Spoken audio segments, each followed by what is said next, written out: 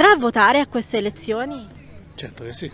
Beh, insomma, di certo in queste elezioni comunali c'è ben poco. Su un campione di 40 tarantini intervistati, circa il 40% afferma con sicurezza che il 25 e 26 maggio prossimo si recherà alle urne per votare un candidato sindaco. A pari merito c'è il partito del no. Io non voto più, è una vita che non voglio votare più, perché qua è sempre una presa in giro. Andrete a votare alle elezioni comunali? Ma non esiste proprio. E come mai? Allora guardiamoci intorno e diamoci una risposta da soli. Sono contro i politici, Contro tutti i politici. perché i politici sbagliano e non vanno mai a casa. Invece noi sbagliamo e andiamo a casa.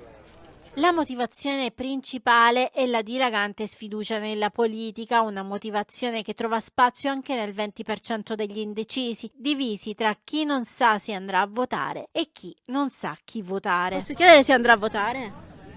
Non lo so ancora. Posso chiedervi se andrete a votare?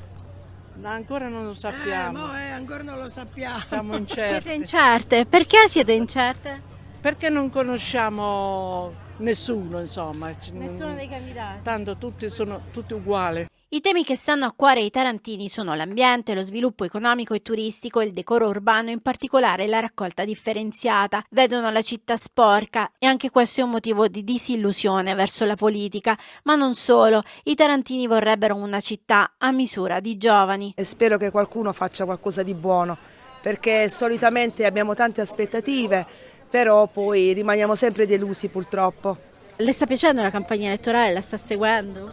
Sì, la sto seguendo, ci sono diverse persone che conosco e ho già un'idea, perché in questo momento penso che sia importante la persona da votare, indipendentemente dal colore politico. Abito in centro e soprattutto il discorso della raccolta dell'immondizia, che è diventata veramente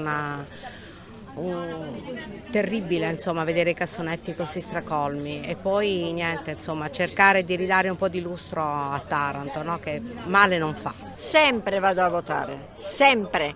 Non è giusto quelli che non vanno a votare, sbagliano alla grande. Posso chiederle se sa già chi votare?